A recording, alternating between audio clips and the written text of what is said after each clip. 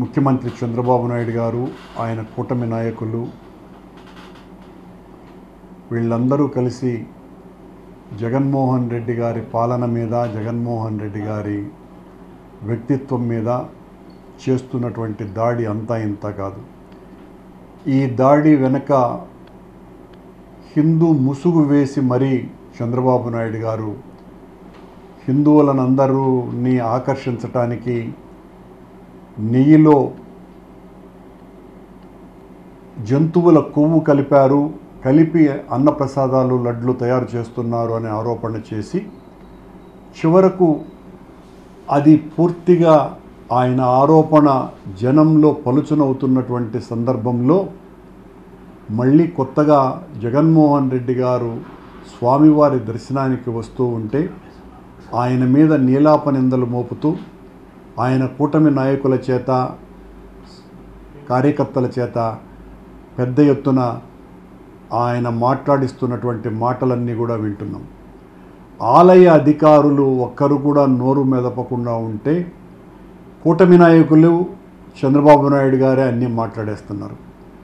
నీ విషయంలో, కల్తీ విషయం కూడా టీటీడీ ఈఓ ఏమాత్రము స్పందించకుండా ఉంటే సాక్షాత్తు ముఖ్యమంత్రి గారే మాట్లాడడం జరిగింది. ఈ రోజున జగన్మోహన్ రెడ్డి గారు ఆలయానికి వస్తున్నటువంటి సందర్భంలో రాయలసీమ అంతా కూడా 30 యాక్ట్ పెట్టి మా నాయకులని, కార్యకర్తల్ని భయభ్రాంతుల్ని చేస్తూ పోలీసు వాళ్ళు బెదిరిస్తూ బయటికి రాకూడదనని చెబుతూ ఎవరిని కూడా ఇంటి నుంచి బయటికి రాకుండా కట్టడి చేశారు.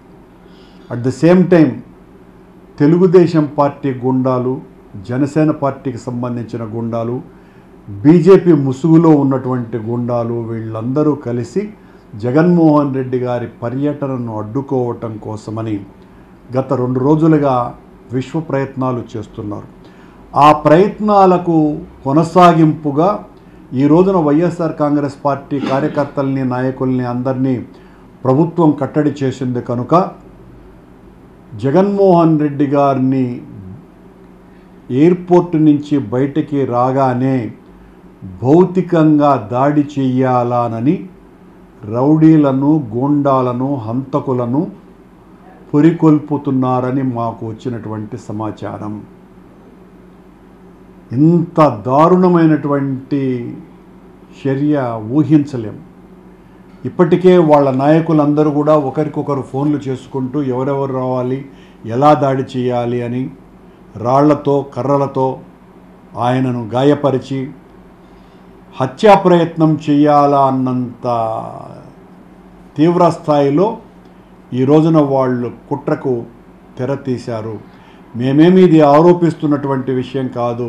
తెలుగుదేశం, బీజేపీ, జనసేన గుండాలు మాట్లాడుతున్నటువంటి మాటలు వాళ్ళు ఇవన్నీ కూడా పోలీసు వాళ్లకు తెలియకుండా ఉంటాయని అనుకోము. వాళ్లకు కూడా తెలుసును. వాళ్ళు తగు చర్యలు తీసుకున్నా కూడా వాళ్ళ కన్ను కప్పి ఎలా దాడి చేయాలా జగన్మోహన్ రెడ్డిని భౌతికంగా దాడి చేయటం ద్వారా ఆయన నాయకత్వాన్ని పలుచన చేయాలనేటువంటి ప్రయత్నం చేస్తున్నారు. దీన్ని మేము తీవ్రంగా ఖండిస్తున్నాం.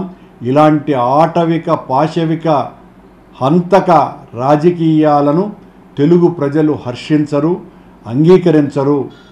ఇలాంటి చర్యలు చేపట్టడం ద్వారా వైఎస్ఆర్ కాంగ్రెస్ పార్టీ మరింత బలోపేతమవుతుందే తప్ప మీ ఊకదంపుడు కార్యక్రమాలకు భయపడే వాళ్ళు ఎవరు లేరు. సాక్షాత్తు 5 సంవత్సరాలు అత్యంత జనరంజకంగా పరిపాలించినటువంటి జగన్మోహన్ రెడ్డి గారి మీదనే భౌతిక దాడికి పాల్పడడానికి సిద్ధపడుతున్నారంటే ప్రజలందరికీ కూడా మేము విజ్ఞప్తి చేస్తున్నాం. ఏ స్థాయిలో కూటమి ప్రభుత్వం ఉన్నది. ఇప్పటి వరకు రాష్ట్రంలో దాదాపు 40 హత్యలు తెలుగుదేశం పార్టీ వాళ్ళు, కూటమికి సంబంధించినటువంటి వాళ్ళు రాష్ట్రంలో అనేక మంది పౌరుల్ని హత్యలు చేయటం జరిగింది. కానీ ఈ రోజున సాక్షాత్తు పూర్వ ముఖ్యమంత్రి జగన్మోహన్ రెడ్డి గారి మీదనే దాడి చేయటానికి పూనుకుంటున్నారు అనంటే ఏ స్థాయిలో వీళ్ళ ఆలోచనలు ఉన్నాయి. దీన్నంతా కూడా గమనించవలసిందిగా ప్రజలందరినీ కూడా విజ్ఞప్తి చేస్తున్నాం.